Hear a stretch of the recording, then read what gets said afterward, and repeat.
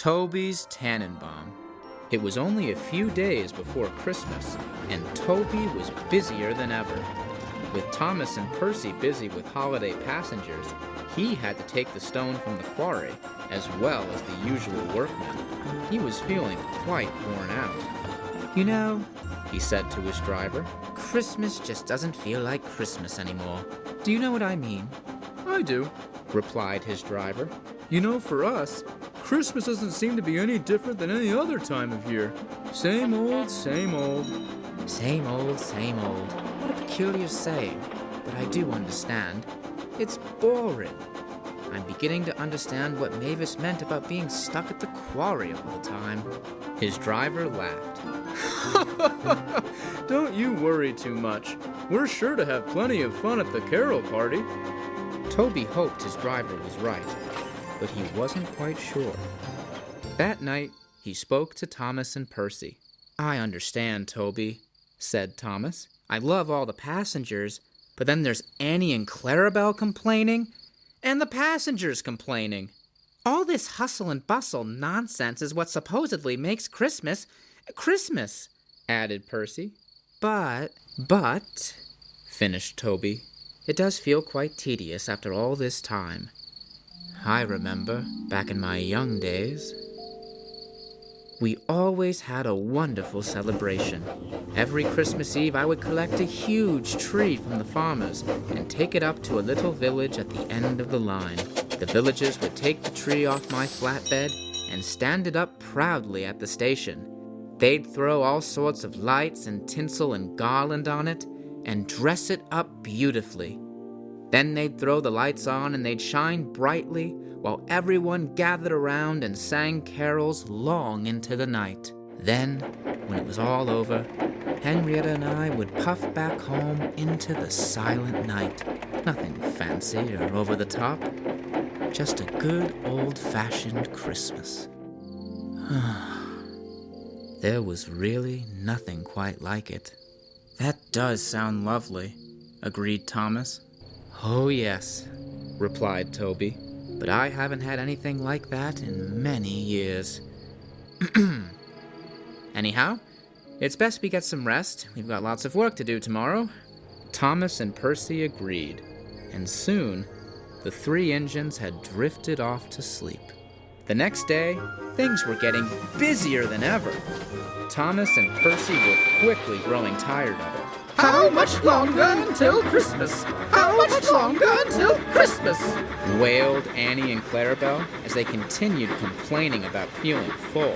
Thomas tried his best to ignore them and focus on the beautiful snow-covered countryside, but there were more and more problems as the day went on. At the junction, there were so many passengers, the guard had to turn quite a few away as the train was more than full. This made the passengers very cross, and Thomas felt sorry for leaving some behind, but there was nothing more that could be done. "How much longer, we say? How much longer?" the coaches went on. "Not much longer now," sighed Thomas, growing weary. "Only 2 days left until Christmas, then we'll have a nice week before New Year's." Thomas was beginning to understand Toby's want for a quiet Christmas. Things had never been this busy before. "When Christmas is over," said the driver, "I'm taking a long, long break." "If only we had that luxury," grumbled Thomas. "Some days I just want to stay in the shed and do nothing." "I understand," laughed the driver as they puffed along towards the big station. Soon, Thomas finished his journey. He found Sir Topham Hatt waiting for him.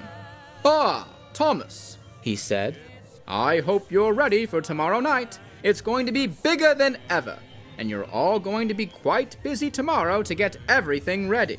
"Yes, sir," sighed Thomas. He was beginning to have an idea. "If I may, sir?" "Yes, Thomas?" "Well, sir, we've just been so busy this year, and I know it's Christmas, but perhaps we could slow down a bit." "Oh, I wish we could," replied Sir Topham Hatt. "But with everything we have to do to get ready for the big party tomorrow, We just don't have that option." Thomas paused. He wanted to say something, but he wasn't sure if it was the best idea. Nevertheless, he plucked up courage. "Actually, sir, what if there was a way to have a nice Christmas party and also take things a little slow?" Pondered Sir Topham Hatt. "I'm listening," he said, and Thomas told him everything.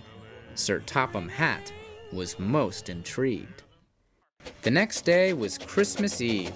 Toby was traveling home after dropping his last load at the quarry. At least that's finally over," he sighed. Now to get back to the shed for a good night's rest. "Do you not want to attend the carol party?" asked his driver. "Oh, I'm just not up to it," sighed Toby. "I've just been too busy to think of things like parties. I just want to rest."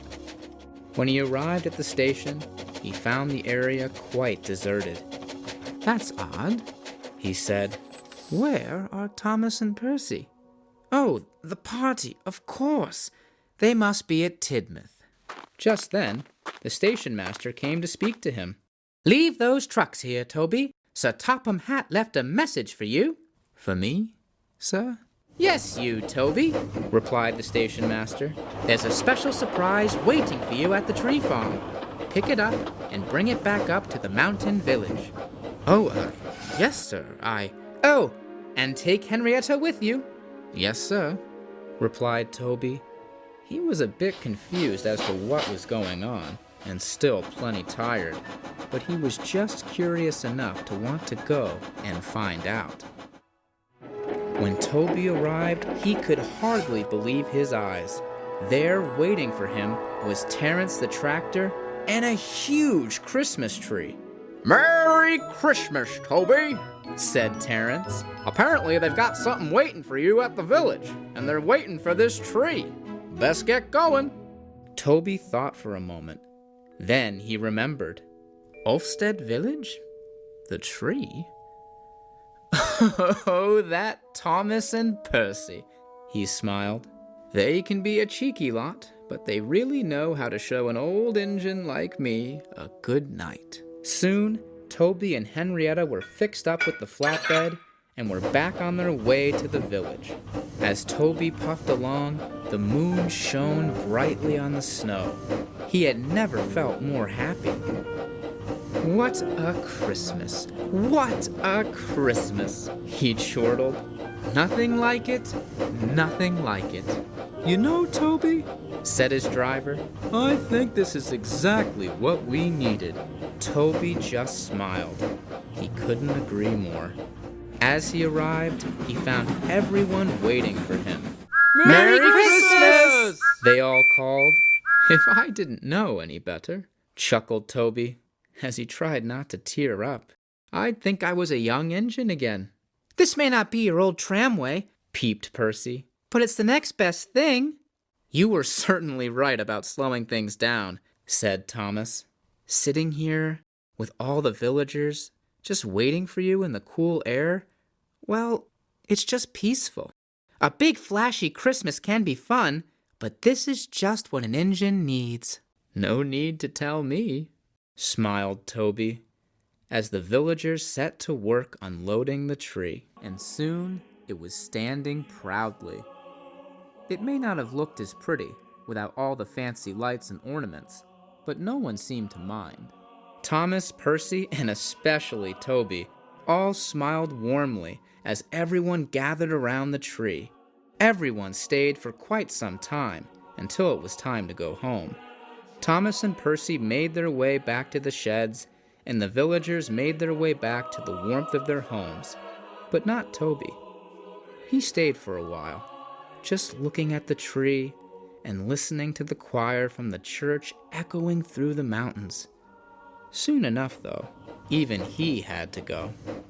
And for the first time in many years, Toby and Henrietta had their Christmas run through an oh-so-silent night. All was calm and all was bright. It had certainly been a Merry Christmas night.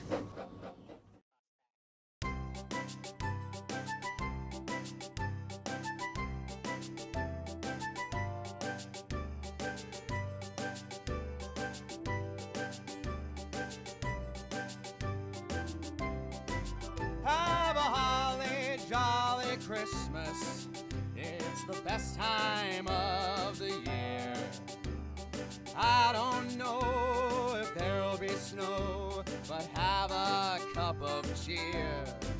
Have a holly jolly Christmas, and when you walk down the street, say hello to friends you know and everyone you meet. Oh, the mistletoe is hung where you can see it.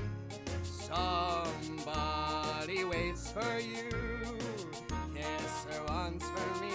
Oh, have a holly jolly Christmas, and in case you didn't hear, oh, by golly, have a holly